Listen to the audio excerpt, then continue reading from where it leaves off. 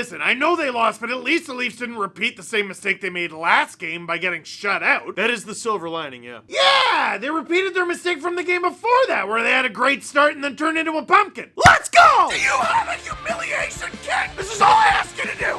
I'm having a great finger flick. You're allowed to show up. This team is ruining my life. I'm taking crazy pills. With you, wherever you are, welcome to LFR. Here we are. We've arrived. Things were going too well. We let our guard down because things were going too well. This whole time we've been like, hey, they're top of the division. Things are Going too well. Leafs lose 4-1 at the hands of the Dallas Stars. Now, look, you're not going to win every game. You're not. I don't know who told you were going to. So one of the best teams in the conference, one of the best teams in the division, they won 7 straight games against the Dallas Stars. What do you expect?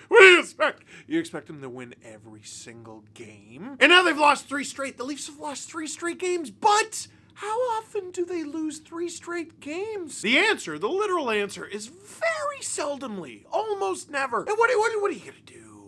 Sometimes it happens. You hit a bit of a lull. Sometimes you lose games. Sometimes you lose 3 straight games. Sometimes in those 3 straight games, you blow a 2-0 lead to one team, and then you lose to another team who barely managed to get off the plane before they played you, and then you play a team at the end of their longest road trip of the season. Sometimes you just lose those games. That's true, by the way. Get a load of this schedule. The Dallas Stars have not played in Dallas since January 4th.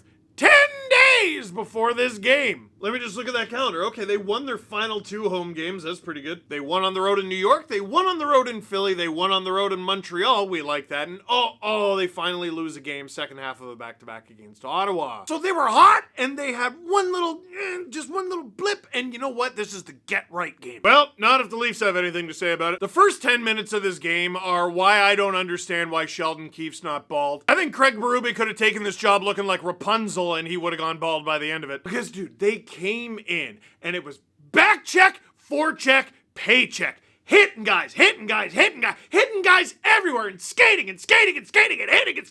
Austin Matthews took out Rupe Hintz. I don't think I've ever seen him do that. And then here's the NHL Edge goal visualizer for the first goal. Dallas Stars try to leave. Mitch says no. And they try to leave again. And Mitch says no. And they pass the puck around. And Matthews snipes it the way Matthews does. It is a 1-0 Leaf lead. Home ice. We own this! You come in our barn, you're gonna have a bad time! This was a blip on the radar! We belong here at the top of the standings! We are gonna mash you into the boards! The puck is gonna tickle the twine at the back of the net, and you are gonna regret any moment you ever didn't take the Toronto Maple Leafs seriously. And you know what would be great? Is if it was like a dominant Leaf win after that. But that's unreasonable, right? Like, you're not always going to dominate. You know what would be great? If it was like a tight game after that, where the Leafs were in it every step of the way, and it was like a back and forth sort of. No? Okay. Well, how about the score stayed tight? But, the Stars outplayed the Leafs, but, the score stayed tight, right? Like at least you're in there. You're staying competitive. The Stars are a good team. Nope! The Leafs were just sort of the second best team from, minute 7 onward. The Stars got, 9 of the next 10 shots? I mean, it was tight-ish. It was 2-1 heading into the third. A third period where the Leafs outshot the Stars 9-3. And that might have mattered if the Stars hadn't gotten 2 goals on those 3 shots. The Stars scored twice and then literally stopped trying at one end of the ice. It was like 2 shifts of the Leafs playing as this unstoppable swarm of bees, and then Matthews and Marner being this eater of worlds. And Steven Lorenz there with a disposable camera like, hi, just so you know, I want to take as many photos as I can before they take me off the line. Awesome, before you shoot it here, I forgot I got to turn the knob. Oh, too late. He could have just used his phone. I don't know why he's using the disposable camera. It's fine. But no, after a ridiculous fit of hard work and determination and just globetrotter hockey from the 2 best guys among us, no, they just were the second hardest working team.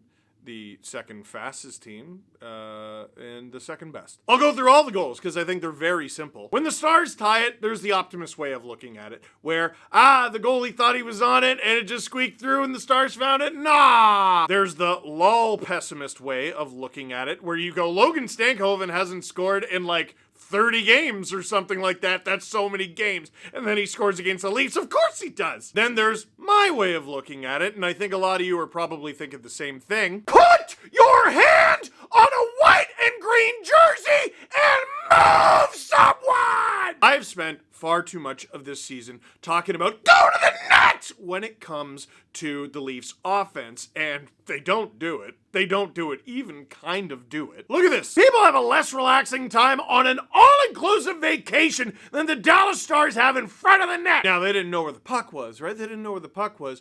Look for it! Logan did! So, okay, the game's tied. And right now, with the game tied, I'm not freaking out. I'm like, whatever, they had a hot start and now the game's tied. But, you know, things are going to even out because they're the better team so far, right? I'm still thinking this at the time. They're going to be fine. Second period, the Leafs penalty kill, which is usually so good. The Stars are moving it around. Oliver Ekman-Larsson has a man. He has a man in front. It's actually the man who ended up scoring on the deflection. And as the Stars move it around, oh, do they get OEL bad. I am most positive Lane Lambert has never taught his team to leave two men alone in the slot wide open in front. Third period. This is the third goal for the Dallas Stars. Power play goal. Again, it's a power play goal, and it's a nice power play goal. Matt Duchene between the legs. Fancy stuff. How is he able to pull off that between the legs fancy stuff? Put your hand on a white and green jersey and move someone! But they don't. And you can blame officiating and, and I often do.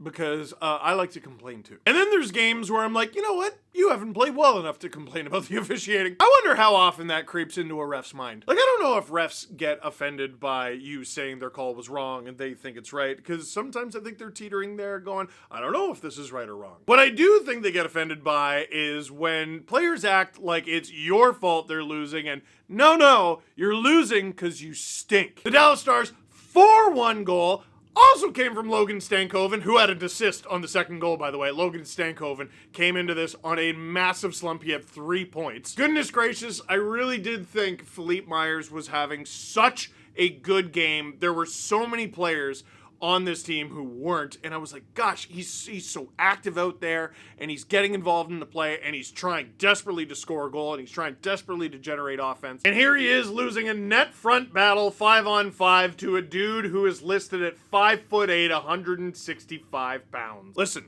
when the Leafs D-core gets healthy, you're fighting for a spot. If they add someone at the deadline, you're fighting for a spot. The way things have gone recently, you probably beat out Connor Timmins for that spot. But if they add one guy, are you still going to have that spot? Now, remember last game when the Leafs got shut out? Yeah. Okay, well, the Leafs weren't great offensively, and they didn't generate a ton of shots. But Kevin Lankinen did have to make some pretty impressive saves, right? What did Jake Ottinger do in this game? What do you have to do? Well, there was that one play where Matthew Nyes had a wide open net to shoot at, but because the Leafs are playing horribly right now, he didn't even look! So maybe Ottinger put up some kind of a force field and he said, you can't shoot here. But the Leafs lost this game because they were not the better team, even kind of, not even close. They can't defend, they can't score, they can't stay out of the box, they can't get shots on goal, they can't do anything right, and I don't care where they are in the standings. They just got booed off the ice at home for the second consecutive game in January. And what's the theme? Let's really quick look at all the 4 goals the Dallas Stars scored again. Go to the net! Go to the net! Go to the net! Go to the net! Okay, so now that we know what the problem is, Sportsnet decided to put up a really neat graphic. I thought it was neat. They had this stat saying that the Leafs have struggled without Jake McCabe in the lineup, and they looked at the points percentage that the Leafs have with certain players in the lineup and with certain players out. And these stats go back to the beginning of last season, by the way. It's not just this year, it's to the beginning of last season, so well over 100 games. With Austin Matthews, the Leafs actually get more points without him. Well, that's just odd. I'm sure it's just him. Oh, Mitch Marner. The Leafs get a lot of points with him, and they actually get more without him. Morgan Riley. Hey, the Leafs do cracking with Morgan Riley, and oh my goodness, they are an unbeatable juggernaut without him. That is the most ridiculous thing. And here's what's great. The Leafs are unreal with Jake McCabe. Their points percentage with Jake McCabe is higher than it is with Morgan Riley, with Mitch Marner, with Austin Matthews, like significantly. Without him, they get less than half of their points. The Leafs with Jake McCabe in the lineup have a points percentage that would get them 108.4 points in the standings. Let's round down. 108 points in the standings. You're talking division winner. At that point, you're flirting with the President's Trophy. Without Jake McCabe in the lineup, the Leafs play at a pace that would get them 67.568 points in the standings. Let's round up. Let's round up because we don't want 67. We don't. 68 points. Without Jake McCabe in the lineup, the Leafs play at a pace that would get them 68 points in the standings.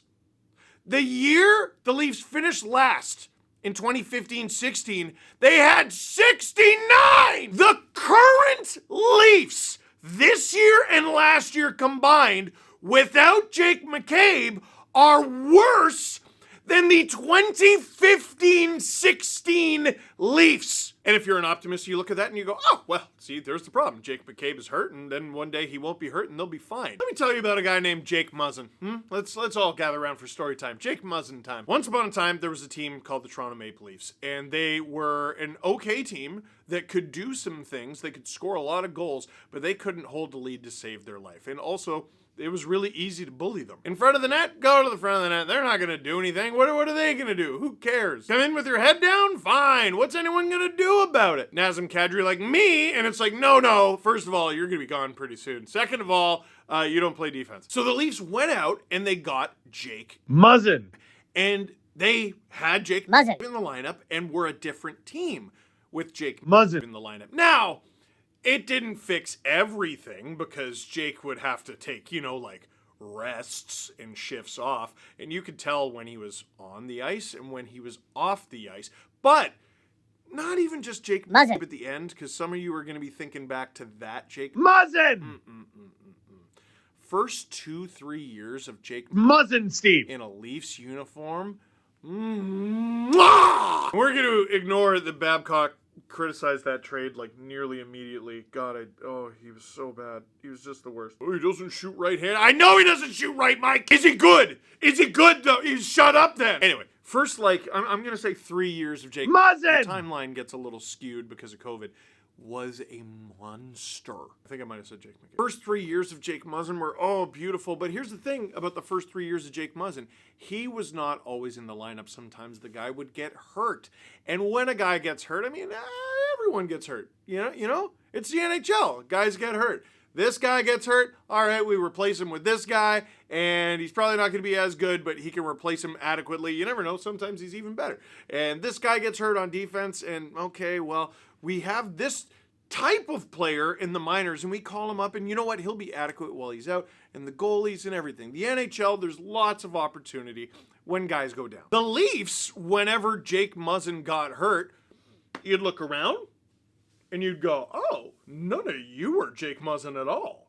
And you look in the minors, and you're like, oh, you guys are even less Jake Muzzin than those ones. Then for the final time, Muzzin got injured real bad and couldn't continue playing his career.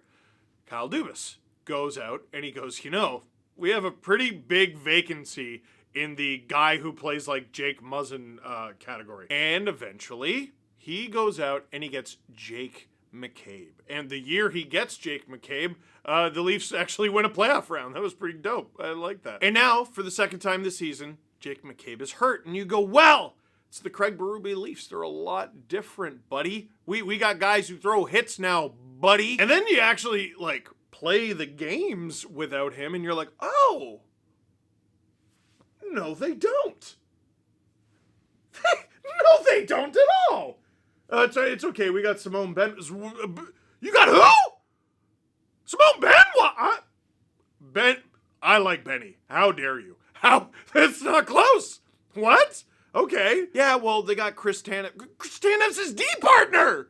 You can't replace a player with their D partner. Hey, Chris, what's the plan now that Jake's out? Who are you going to play with? Oh, I was thinking me. Oh, well, he's right-handed, but what about Yanni Hakanpää? Yanni Hakanpää might be a myth. So even though, years later, the Leafs are no longer trying to replace Jake Muzzin, they're still trying to replace Jake Muzzin. They never replaced Jake Muzzin, ever. They never fixed the Jake Muzzin problem, which is there is only one Jake Muzzin. Questions. If you could shake the forward lines up, what would you do? Okay, I want to answer that with another question that I received because it's perfect. From Ash, it seems like it's been accepted as a given that Matthews and Marner play their best hockey together. But do their Toronto Maple Leafs play their best hockey with them together? Finding them a line mate shouldn't be an exact science. Mitch himself talked a bit about this while propping up Knies earlier this season. Quotes are always worse when you just read them, Mitch's especially. He doesn't seem to always say quite what he means, but come on. And this refers to a tweet from Mark Masters from earlier this season. I think it was early November. Marner impressed by how Knies is fitting in on the top line. It's not always the easiest to play with Austin and I. Sometimes we go in weird spots that we know where each other are, but some guys can't really figure it out. Knies has done an unbelievable job. Okay, I know they've had some pretty good games together in recent memory. How many lines you know stay together after going -6? In one game where your team only gave up 6 goals? Pardon? You might be like, oh, well, they did break up the line. No, they didn't. They put Steven Lorentz where Matthew Knies is for like 5 shifts, maybe? And then they just tried a bunch of random... What was that stupid line I saw? There was like Robertson with Tavares. Dude, they're making it up. Like they're guessing. They're guessing. So what I would do is break those two up immediately. What doesn't help this equation is Willie has been playing awful. He looks awful. For a long time, you're like, is he the best forward? Is he at worst the second best forward? And he looked like a guy who you have a Matthews line, right? This is what they tried for a while. They had Bertuzzi, Matthews, Domi. And that allowed you to do Tavares and Marner. And Nylander was with like Pontus Holmberg for a while. You put him with whoever you want. So you're splitting Matthews, Marner, and Nylander up. That's probably the best iteration of this team, but I just don't think they have the parts. And as long as we're really getting into the minutia here, Max Domi can't play center for this hockey team anymore. Nope. I'm done. That's enough of that. No, thank you. No more on my plate. You try to scoop some more? No, thanks. I'm full. No more. It's not very good. It's mid at best. And I like this player. He hasn't played very well this season. I know he's been battling stuff. This is a winger. On the NHL, at the NHL level, this is a winger. He's not playing center here anymore. In a pinch. Guys are hurt. You just want to get out the blender mid-game? Fine. Starting a game with Max Domi at center, the way he is playing this year, absolutely not. Let me ask you a question. So, actually, no, I'm not going to ask you a question. I'm going to tell you exactly what I think. Fraser Minten is called up immediately. He is put at third-line center, and he stays there until we find a better solution. And if the Toronto Maple Leafs don't go out and make a move to acquire a center, Fraser Minten is starting game 1 of the playoffs as my third-line center. He is already a better 200-foot player than Max Domi. Max Domi can do more impressive things as a playmaker. He's obviously willing to do things and can hit and fight and all that. In terms of dudes who will win you hockey games, Fraser Minten as my third-line center. I tell you what, how about we have Max Domi play on the right wing of Fraser Minten? And then you can put Bobby McMahon as their third. Dude, McMahon, Minten, Domi? Okay. I will do that. Fourth line, we got Dewar, Kampf, Lorentz. That's the best version of the fourth line. Okay, where does Max Pacioretty fit in all this? Because he was a scratch in this game, and I'm willing to bet he probably wanted to play against his former coach, and they just didn't let him do that, and then they only scored 1 goal. Pacioretty, Tavares, Nylander. I put together because, like, they played so well together, and then Pacioretty got hurt, and then they never ever really went back to it, and I don't understand why. And unfortunately, that does kind of leave you with Nyes, Matthews, Marner, so no, Steven, you got to get a little more creative. All right, maybe I swap Nylander and Marner. Do you see how that's still not very good? Do you see how that's still probably not enough? The D pairs, like, all right, let's pretend McCabe is healthy. McCabe, Tanev, great. Riley Myers, nope. Fine.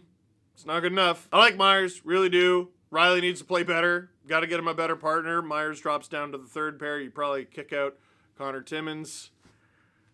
I was going to say, then you got to find an upgrade on Benoit. And you have one. It's called Oliver Ekman-Larsson.